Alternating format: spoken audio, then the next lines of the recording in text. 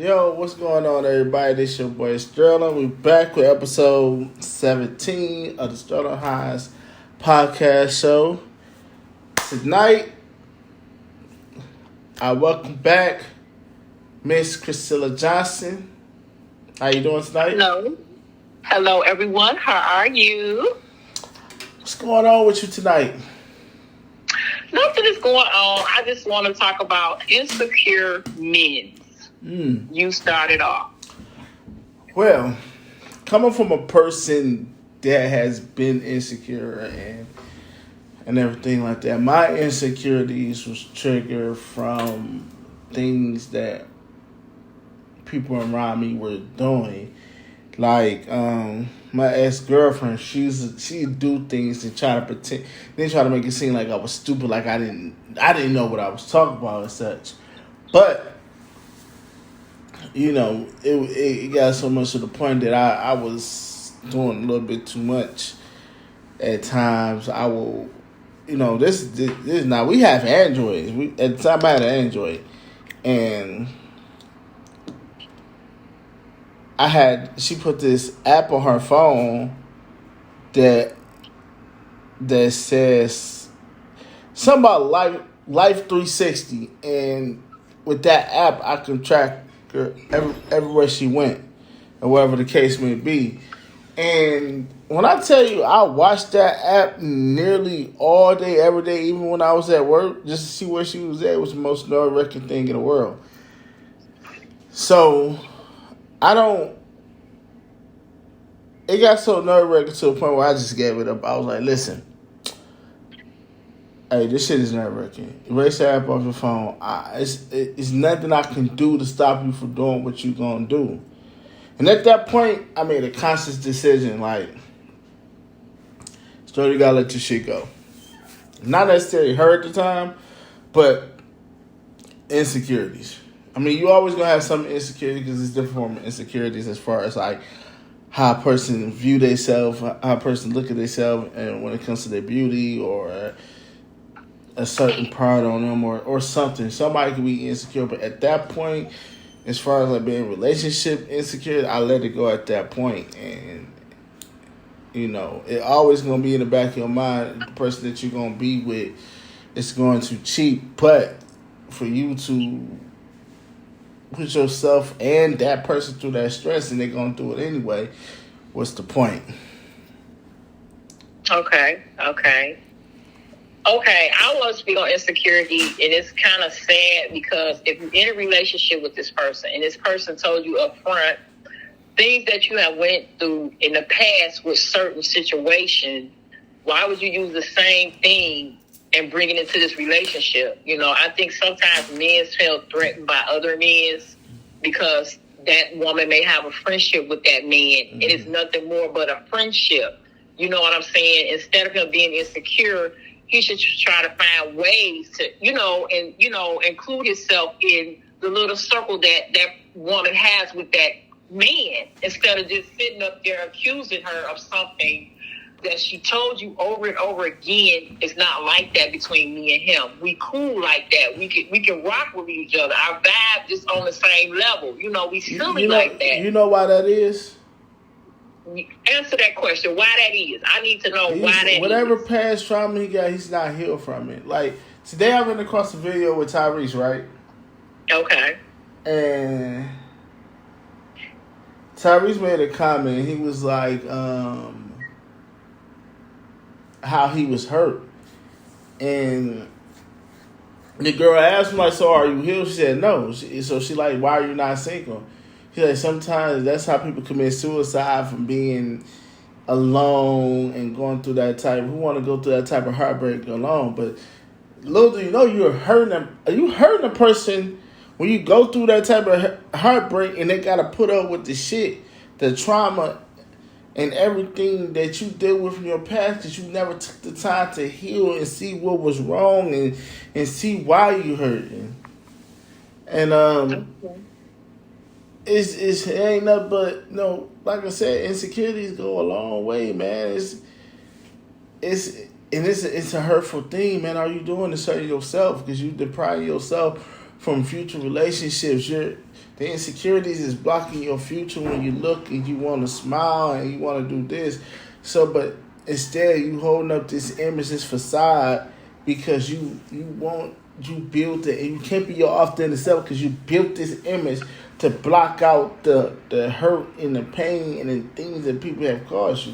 Trust me, I was that person. I was one of them people growing up where I created a person that I wasn't. All right. You know?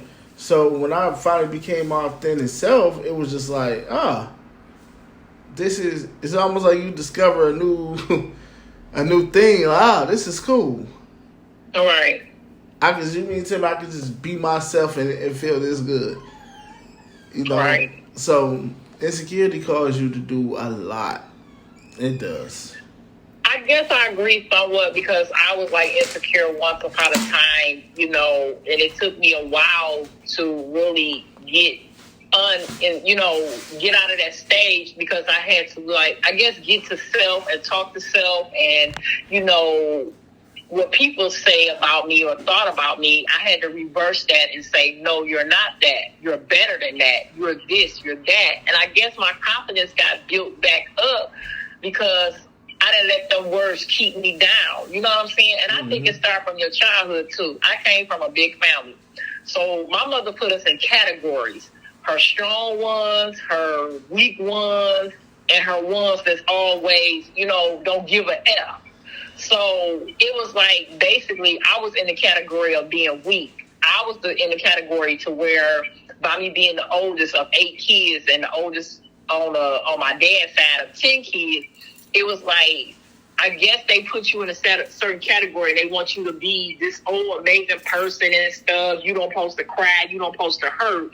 Because if you cry and hurt, just brush it off. But they didn't really understand the damage they was doing to me. That's why I believe I picked men that were damaging to me, to my well-being, to my energy. It was just so sad. It took me a long time to realize my worth as a woman, especially when you're in a relationship and you thinking this person loving you and you know what I'm saying, but they out here looking at this one and that one. It's just like the last relationship I had no business being in because this young man was 19 years my senior. I just got out of relationship with baby daddy. It wasn't working because my baby daddy got 10 years on me. So I said, well, let me try the young men. And it just like, they're no better. You know what I'm saying? And it really tore my womanhood down. Mm. And it took a minute for me to build it back up. You know what I'm saying? It's sad that we have people that's insecure and they think by jumping into another relationship, it's going to hurt. It's going to heal them from what they've been through. And that you know what it does? All they do, it's almost like if you was painting the house, right? All right. And you see that this wall has, instead of you building the wall and fixing the holes or fixing the stripes and stuff, right? All right. Or you don't, you just patch it up and paint over. Right. Right.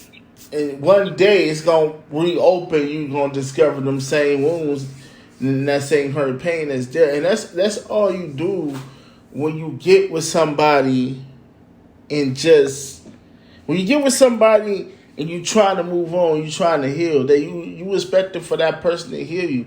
And I don't know firsthand trying to be with somebody and you're not healed, and do you expect the person that you're currently with to heal you? First of all they are is a rebound, and they're gonna cause more trauma to you because you're gonna start seeing characteristics of the last person in that person. You know what I mean? Right. And I remember when that happened with me. Look, man, let me tell you something. I was just saying shit to anybody. People that I know I usually wouldn't talk to. And I was saying something like just saying something to them so I could have somebody to just entertain me till I'm ready till I find somebody else that can, patch a hole up. right? Um, It didn't work, man. It didn't work. I was still hurt, and then I know something came on me. I decided to go celibate right. for a while, and that helped because now I'm not focused on women. I'm focused on myself, and now I'm healing at the Right. time because at that time I'm focusing on myself. I'm like, all right, cool. Right. You know what I'm saying? Me being on this healing journey now, I learned a lot more. A Right. person has to be willing to open up and go ahead and heal. That means admitting that you have a problem, admitting that you hurt, admitting that that you was wrong for the wrongdoing that you have done, Right. admitting that you made a mistake, admitting that what you want is like, I just want to be loved properly. These are some of the things I had to confess to myself. Like, I just want to be loved properly. I want love. I want the highest form of love, and I cannot get that in this form of myself right now. Right. Right. I cannot get that being this version of Sterling. So you know what? I'm hurt right now. Right. But through this healing and everything that I'm going through, guys, it's going to be days where I get lonely. Well, I'm going to call somebody over. I'm going to just, nah. God going to be like, listen, I got you.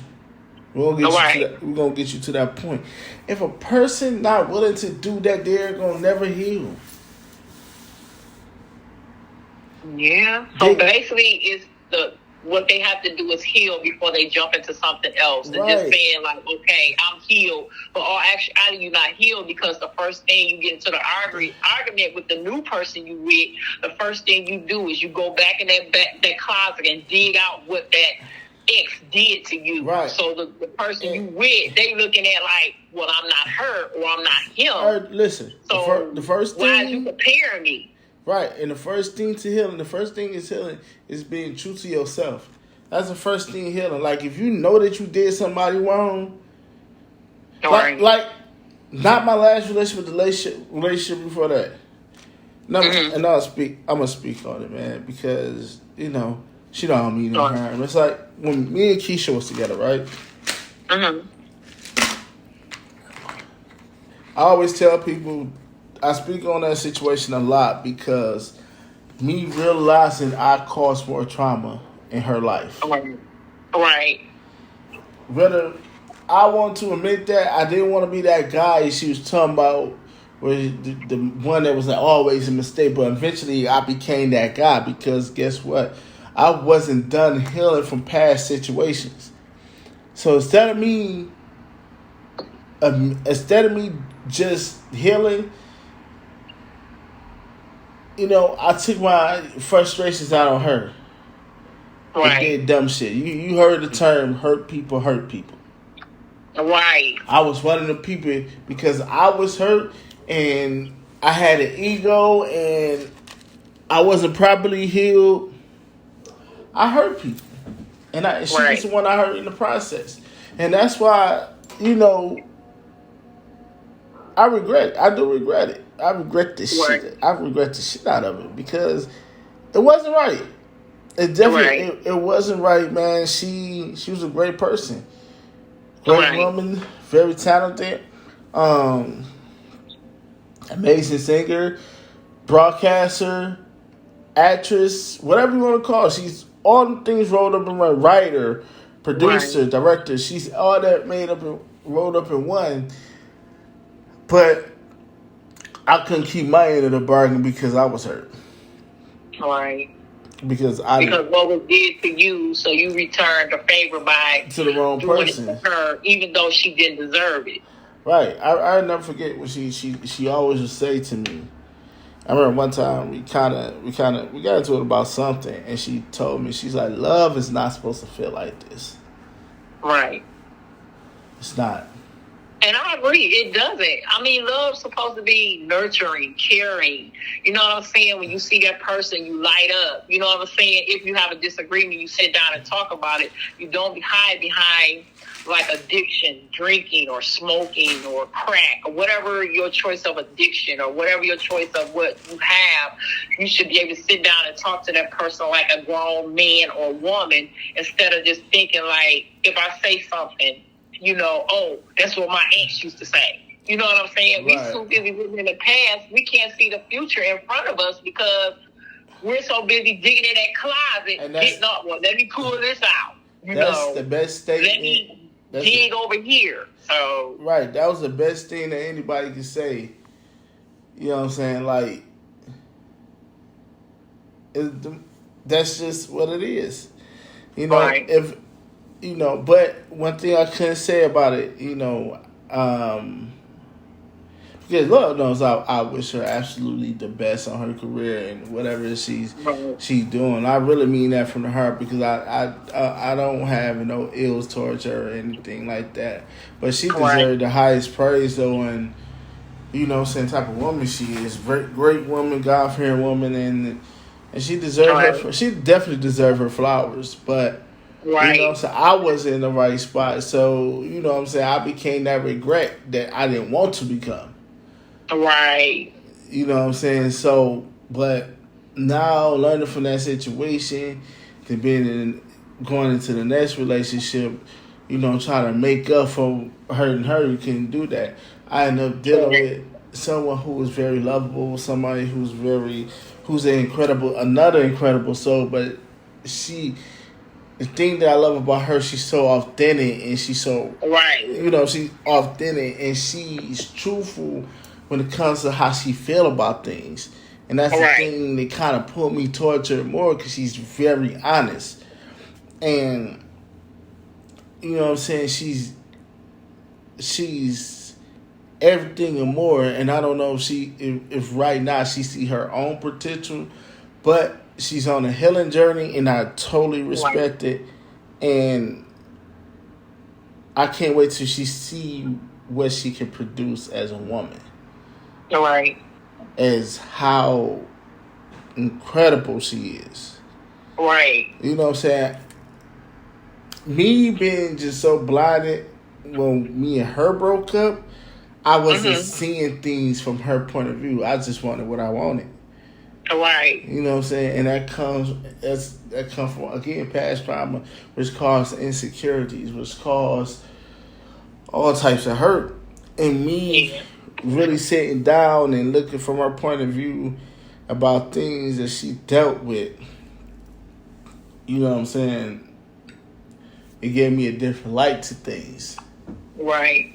And like I said, I totally respect her and Lord knows I love her to death. And but she's an incredible soul, man. Like, I respect her honesty about things. Right.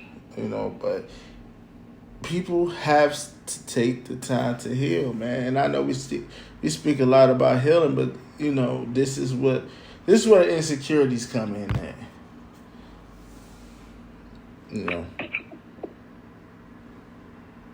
So we just gotta look at things a little different. So, Chris, before we get up out of here, do you have anything else to say?